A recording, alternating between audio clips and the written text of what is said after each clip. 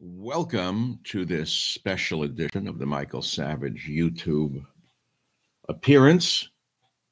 Couldn't sleep very much last night or the last few nights. Let me do some lighting here. It's a one-man show. It's okay. Prefer working alone. There we go.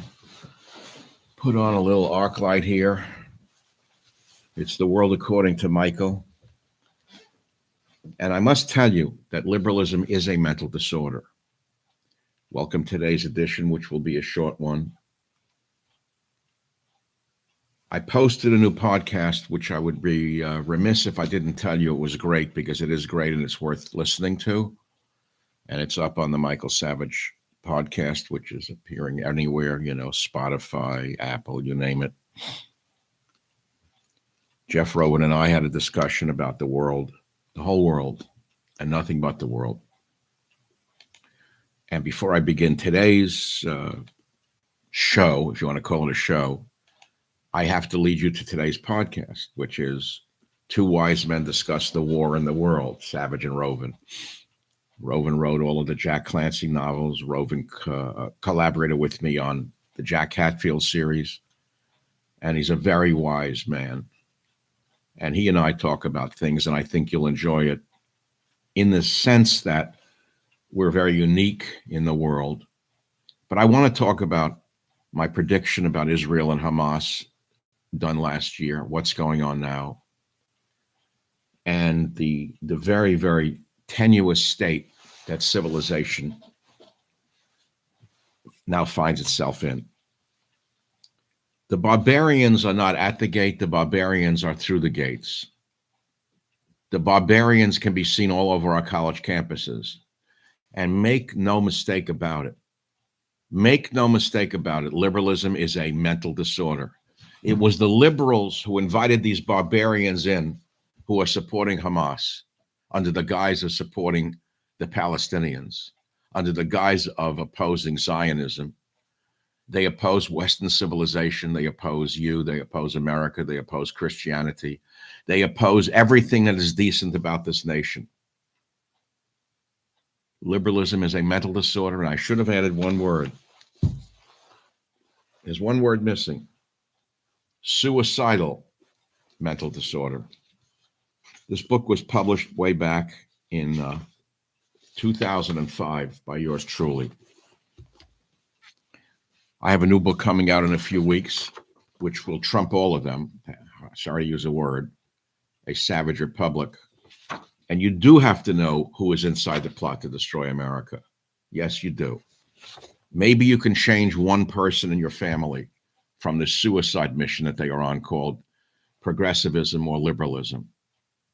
So I've been unable to sleep. I'm getting up 3, 4 o'clock in the morning, trying not to think about the debacle of this administration that brought about the Ukraine war. If you study history, if you don't take your history from the newspapers, and you actually look at what happened in 2014, when McCain went over there with Victoria Nuland, Zelensky is a complete disaster, fraud, phony. One of the world's most evil men is Zelensky. Cynical and evil, all combined in one little small package. 450,000 Ukrainian men have been slaughtered. And yet Biden had the audacity to say that they're winning and Russia's retreating. I don't understand how anyone in the media can't listen to this and go crazy. Biden looked like he was injected with fillers all over his face. It didn't look like him. He made mistakes all over the map. And in the midst of it all, he asked for $100 billion. And where's the money supposed to come from in a time of inflation? Do you realize what this is going to do with the inflationary cycle? Let alone to world peace. He didn't talk about peace once last night. What kind of world leader gets up there and stirs up more war instead of peace? And so it was very clever how he combined Israel with Ukraine. In his mind, the college girls who wrote the speech from think they're real smart, but everyone who has an objective mind knows there's a difference between the Israel situation and the Ukraine situation. Anyone who studied history understands that. Even people in the mainstream media said, "Are you crazy?" So let me begin at the beginning by reading some of the tweets that I put up last night while watching this man. Well, before I do that, I have to say I posted something about Kennedy. I predicted and told you I never trusted a Kennedy. Remember that? I said to you, I don't trust Kennedy. Remember I told you he wouldn't come on my podcast? He was all over the place, but not on mine, because he knew I looked right through this fraud. He came out in favor of reparations the other day. I told you not to trust him. Anyone with the name Kennedy is a snake. That was on October 19th. Then the S hit the fan. And then the war broke out. So last night we watched a speech from this deranged puppet, Biden, a puppet of the military-industrial complex, who was only feeding the war machine, not the peace machine. So I tweeted the following. I said, "No, Joe, Hamas and Putin are not the same." And I added something to it. I said, "No, Joe." Now listen very carefully, all of you who are knee-jerk, whatever you are. The ethnic cleansing of Jews by Muslim Hamas is not the same as Putin engaged in a territorial dispute where Russia has used the minimum amount of force possible. Let me reiterate. Hamas used everything they had in their arsenal. Putin has used almost nothing he has in his arsenal. He could have wiped Kiev off the map and all of Ukraine. I have tried to instruct you on this with the world's experts over the last 2 years. This is not to justify Putin. It's to make you understand that this territorial dispute is not ethnic cleansing. The Ukrainians and the Russians are almost cousins. They look the same. Many of them speak their languages interchangeably. They practice the same Orthodox Christian religion. Hamas, on the other hand, has tried to wipe the Jews off the map, along with their professors at the colleges where they want the Jews gone from the Middle East forever. In my podcast of yesterday, I explained how long the Jews have been in the Holy Land. For those of you who think it began with the Hamas thing, Jewish people have been there since 2000 BC. I gave you the whole timeline, all the way up and all the way down the line. I don't want to repeat it here. I don't have to justify the Jewish presence in the Holy Land. All educated people know the history, are the history of the Holy Land, going all the way back. 6 BC, Jesus Christ is born in Bethlehem. But what happened before that? Go all the way back to 1900 BC. Abraham, Isaac, Jacob, Moses, King David, King Solomon. You have to know your history. If you don't know your history, you have no capacity to understand what's going on. But the ethnic cleansing of Jews by your friends at Columbia University and Harvard, who are calling for the ethnic cleansing of Jews under the guise of being anti-Zionist, is not the same as Putin engaged in a territorial dispute where Russia has used the minimum amount of force possible. So what Biden did last night by coming up with lies that the Russians are stealing children and raping women, where is he getting this from? Whereas with Hamas, we saw it with our own eyes, with live video. Where's the live video from Ukraine showing this happening? It's made up by the college girls again.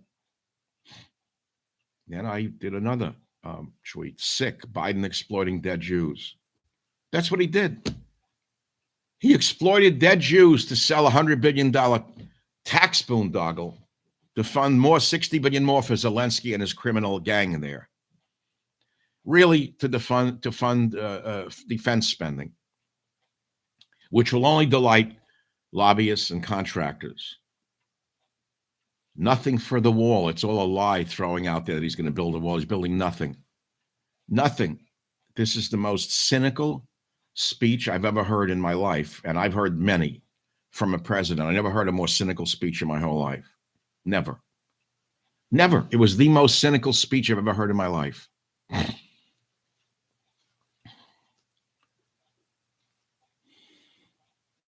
If you want to learn more about the history of the area, go and listen to my podcast and learn the true history of the area. instead of listening to the Fourth Reich wearing a headscarf. The Fourth Reich is in America.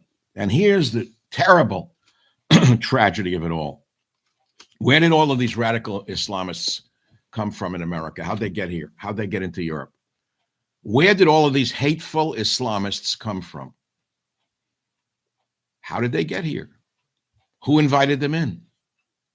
Well, the title of today's little podcast is Liberalism is a Mental Disorder. So the liberals thought that by inviting in the third world, whether it be Muslims with headscarves or Africans with headscarves, as long as they were not white Christians from Ireland, what would happen is this: the white male would be diminished in population. The number of, quote, people of color or diversity would be increased, and the liberal would be safe in their sick, cowardly mind from the scourge of the right winger.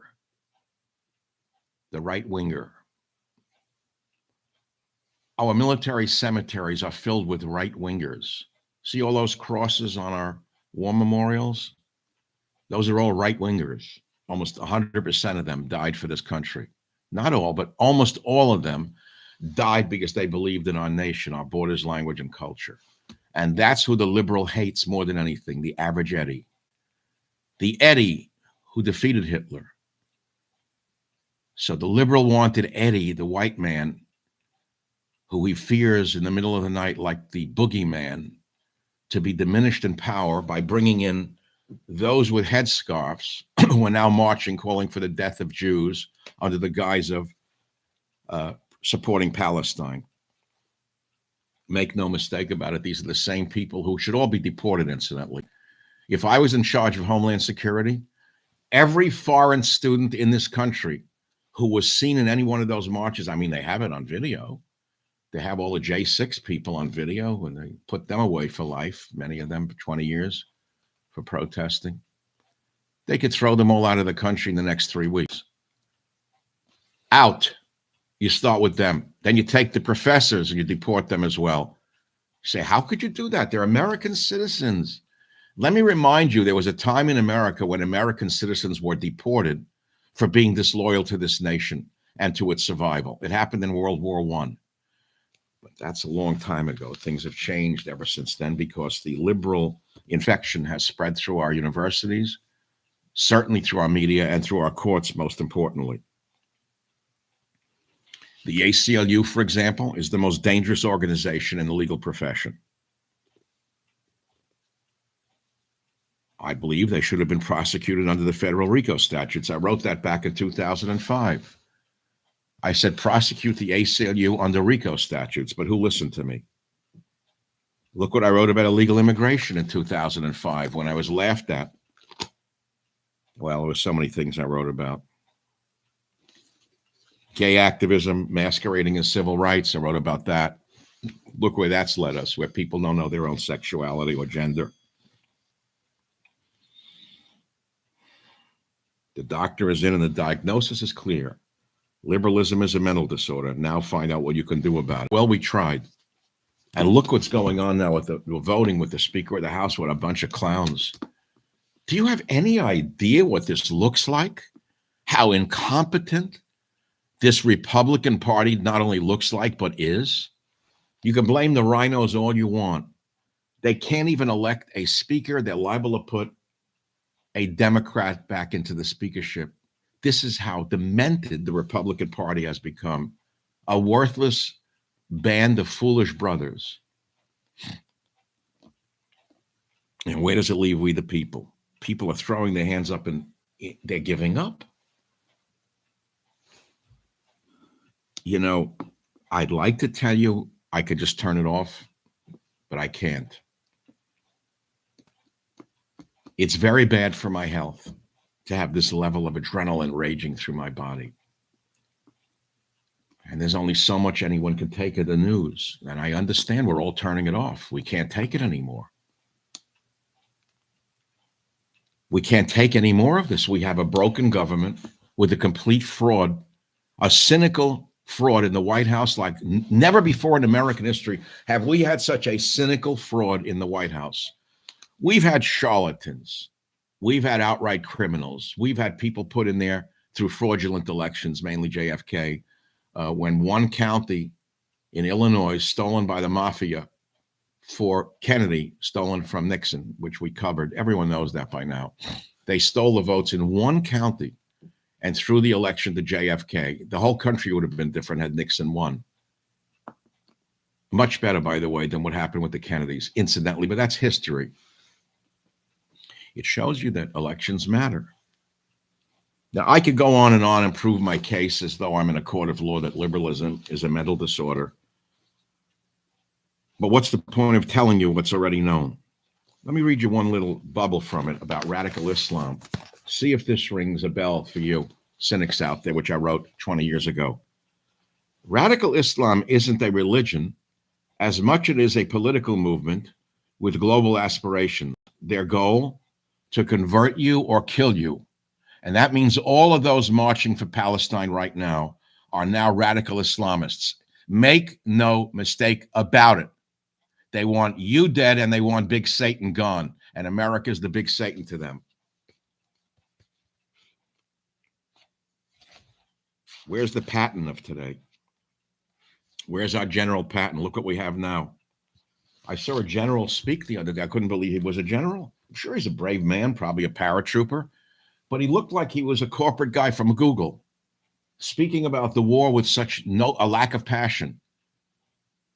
They're leading our military now. They're afraid to even speak out against what's going on, one way or the other. They have no opinion. This is what happened to technocrats. The venomous left has ratcheted up their attacks upon the fabric of our society unlike anything I have seen in my entire lifetime. Like the pit vipers they are, they're injecting their poison into the backbone of society, our system of free enterprise. That was back again, 2005. I could go on. And what do I want? A halo, a gold star? I guess I want to tell you that I've seen what's going on for a very long time. Many of you have followed me and believe in me, which is beautiful. But it's so not about me. I tried to warn you that there was a coming civil war. Well, we're in it. You don't have to be Nostradamus to know we're in a civil war. We're in a civil war. Not every civil war is fought with bullets. Most of them are fought with words. But worse is coming. I know this is very depressing. And you can stop it. I know many of us think it can't be stopped and it's worthless. I got very upset today when someone said to me, no one can do anything about it. That it's a waste of time to talk because the machine is so corrupt. Biden is so corrupt and demented, run by Obama or whoever behind him, that you can't stop the juggernaut of this military-industrial war machine. I disagree. There is a plot to destroy America. And I'm going to ask you to go on Amazon, and yes, I'm going to ask you to buy the book. Now, as you may know, I don't need the money. And I should have retired perhaps after I had a heart attack in 2009, but I didn't. In fact, I went on the air 2 days later. I took off 2 weeks after that, but no one knew I had had a heart attack, except those at Cumulus Media who knew, and they tried to destroy me. Even though I was sick, they went out of their way to try to kill me. Now, I could have sued them for a million different things, but I didn't because I didn't want to bother. I just didn't want to bother. All I wanted to do was stay on the air for another year on radio, then switch to podcasting, which I did. And here I am. But truthfully, I don't know if I want to do this much longer. It's not that it's futile. It's not that it's bad for my health. There's another reason that I may retire completely and you won't hear from me again in a very near future. And I don't even want to talk about it, frankly. It's too much about me and I don't want to talk about it.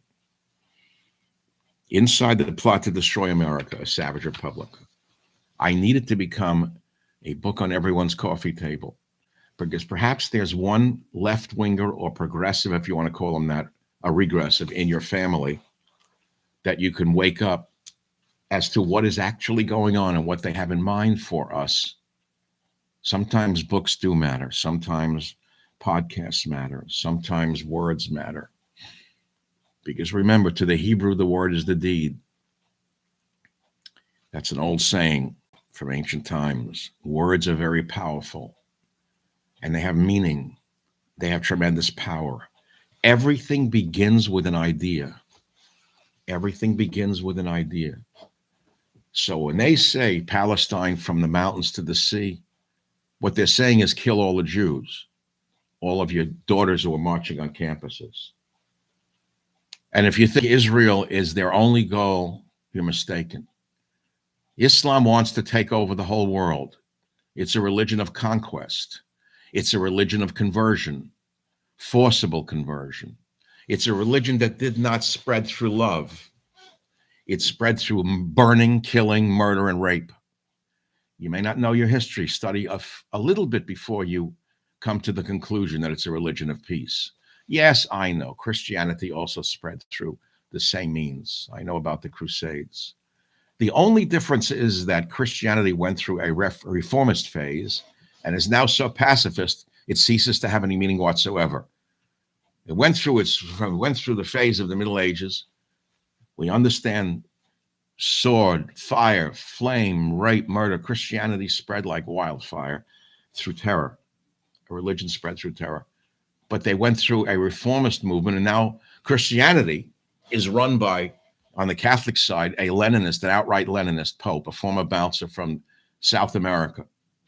This man is probably the most dangerous pope in the history. And there's been great popes, average popes, and then there's been evil popes. This is an evil man. Today he came out with open your borders and let in more migrants for safe passage. Oh, really? Well, why don't you open up the Vatican and take them in, Mr. Holiness? And by the way, while you're talking about climate change, Mr. Holiness, why don't you give up your Vatican jet? The same reason Greta Thunberg is listened to by anybody. Who is this nobody? This little witch.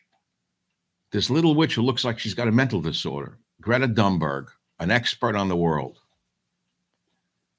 So study the history of Islam, and you'll understand that they're on the warpath now to convert or kill.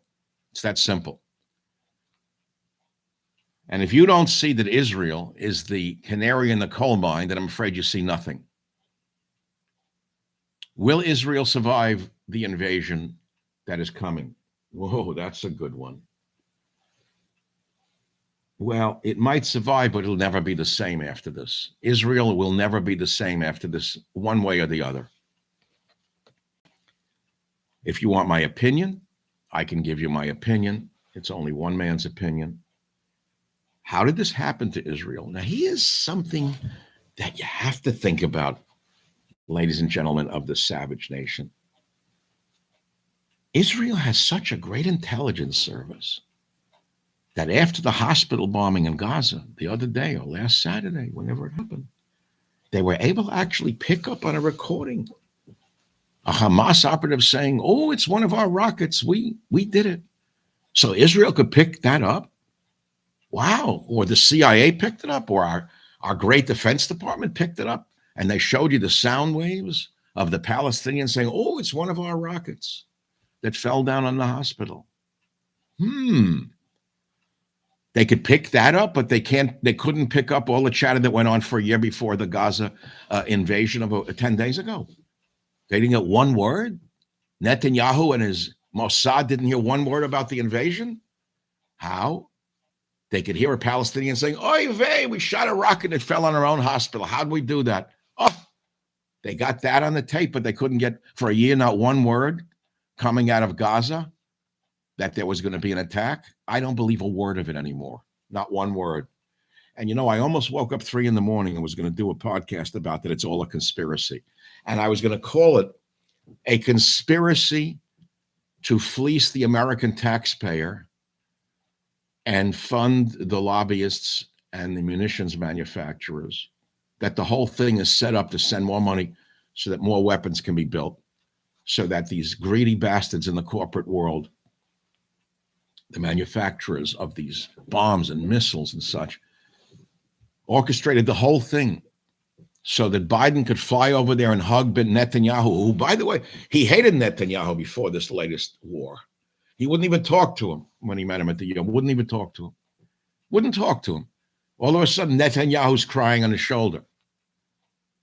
Netanyahu's a disgrace. I don't want to hear any more about his heroics for 40 years ago. I told you this before. He's responsible, directly or indirectly, if he's in charge of the government and he let this happen, for whatever the reasons, distracted by the left, the judicial reform didn't matter. If it was under his watch, he's responsible.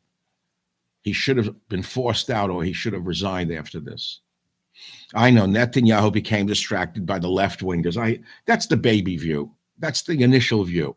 Had he not been distracted over judicial reform, the great Netanyahu would have prevented this. Well, if he was so great, where was his intelligence services picking up all the chatter? Oh, they didn't have any chatter?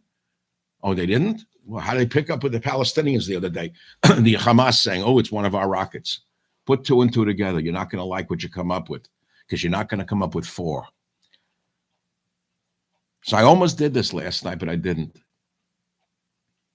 100 billion for war and nothing for peace. Blessed are the peacemakers, said Jesus.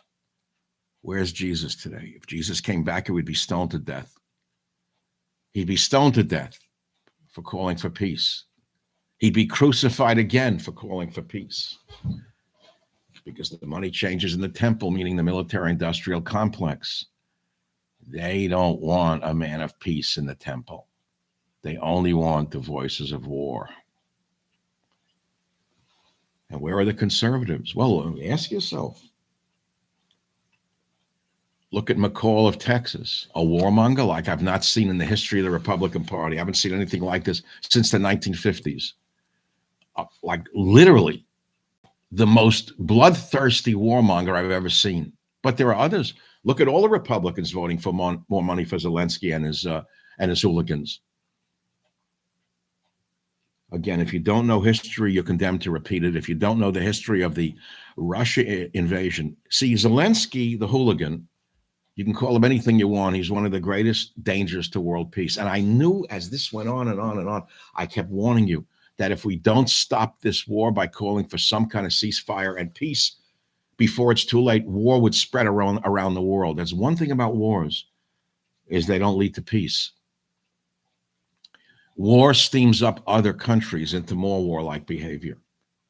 If we had had a real leader who stepped in and said, we're going to make a peace, we're going to get a ceasefire going.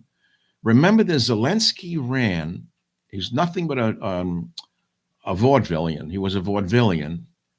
And we know about playing the piano with his penis, good for him. He's a disgusting, vulgar comedian. And notice, by the way, no one's wearing any green undershirts in leaders. Even Hamas has an outfit that looks like something respectable. Zelensky can't even get out of the green undershirt, making believe it's like a mock warrior outfit. Has to show you it just came back from the front lines. Each shirt is more pressed than the one before it from the front lines. He's a disgrace, a con man, a fraud, a mook, a bum, and a dangerous one. Zelensky ran on an anti-war platform. If you don't know that, please don't listen to any more of my words. I don't even want you listening to me. He ran saying, I would not seek war. I'm a man of peace. I'm an actor, comedian. And I will not seek to have Ukraine join NATO. And I will not put missiles on Russia's border. The Ukrainian people bought his lies. And they elected him because the Ukrainian people didn't want war. They had had enough of it.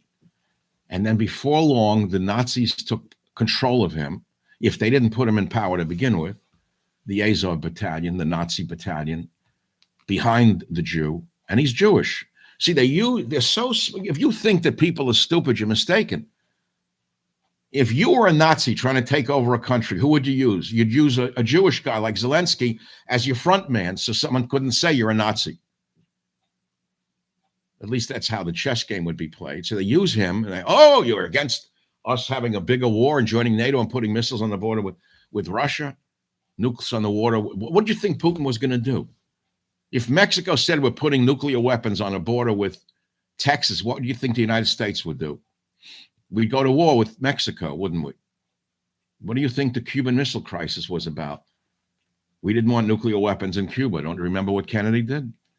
So Putin did what anyone would have done to keep missiles off his border. And so where are we now? 450,000 men are dead in Ukraine. 8 million people have been displaced from the country.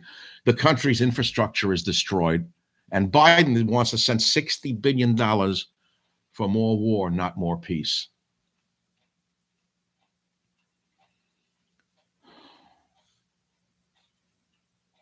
So conflating Ukraine with Israel is one of the greatest, it's almost a war crime to say that they're the same, one and the same. And I think I'll conclude where I began. I'm going to read what I tweeted because I think it made the most sense on this issue, which is this one.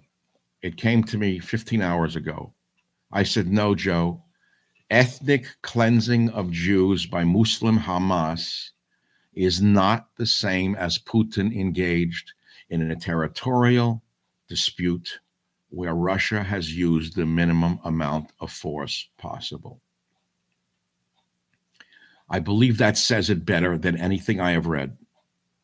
And in the middle of Joe's speech to talk about Islamophobia and mention Madeleine Albright.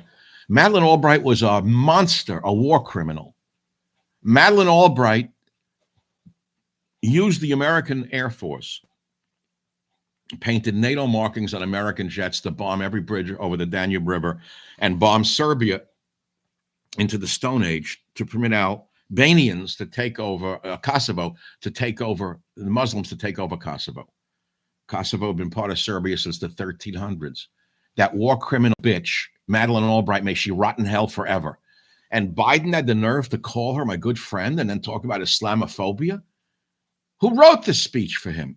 It looks to me like the Islamists have taken over this administration from the inside out, and that goes all the way back to Barry Hussein Obama, who was raised in a madras in Indonesia. But that's too much information. And anything I say,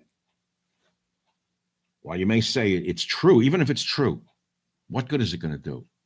So it comes back to what someone said to me today, and I got very angry, which is why I decided to go on to do this YouTube today, because I had to get some of this adrenaline out of me. I felt it poisoning me, the anger.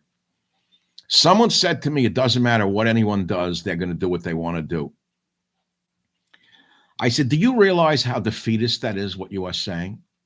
Let's say I have a few 100,000 people a week who listen to my podcasts and my broadcasts, and I influence you. I help articulate for you, as I did for 27 years on the radio, what is actually going on. I help you articulate what you're thinking. Not that I'm telling you what to think, but I give you the words you're looking for. So that has no value. If it wasn't for this influence of myself and people like myself, we would have a total communist regime running the country. It would be worse than it is today. We'd have nothing left here. There'd be nothing left to fight for at all. So it does matter. Or as the West African proverb said, if you think that you make no difference, if you think you can make no difference, try being locked in a room at night when you're trying to sleep with 3 mosquitoes. Everyone's voice matters. Everyone's voice matters. And again, I'm going to close where I began.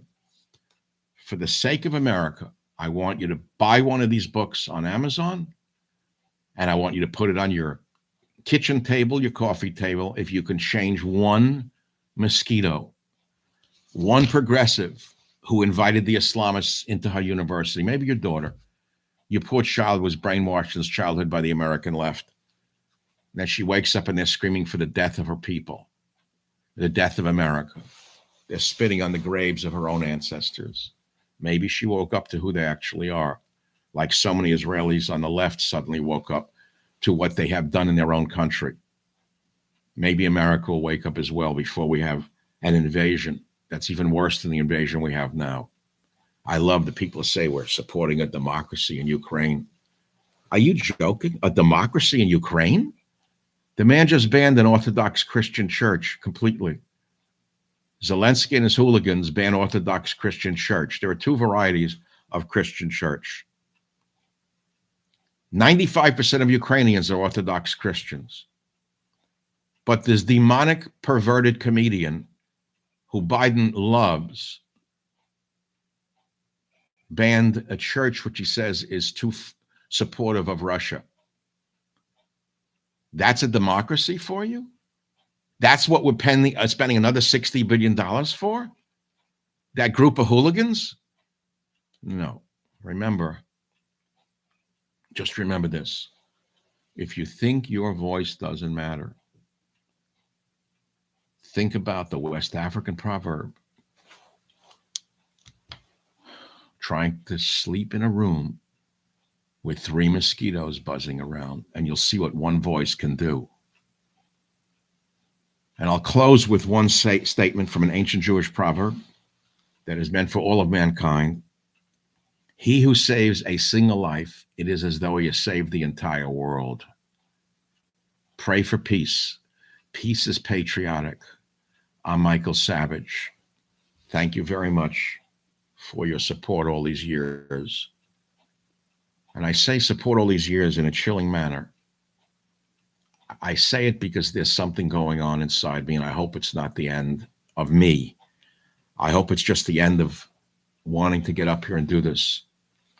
Shortly after this book comes out, you may never hear from me again, because I may decide to go into the mountains or into the woods and just commune with God for the rest of my life. It's his decision. Somebody up there likes me. He's done an awful lot for me. He's pulled me back from the brink of death so that I could be with you here, be here with you today. As that black nurse from Africa said to me when I was in that ER room, she said, "No, your work is not over yet." We don't know when our work is over, do we? Only he knows when our work is over. Thank you for listening. He who saves a single life, it is as though he has saved the entire world.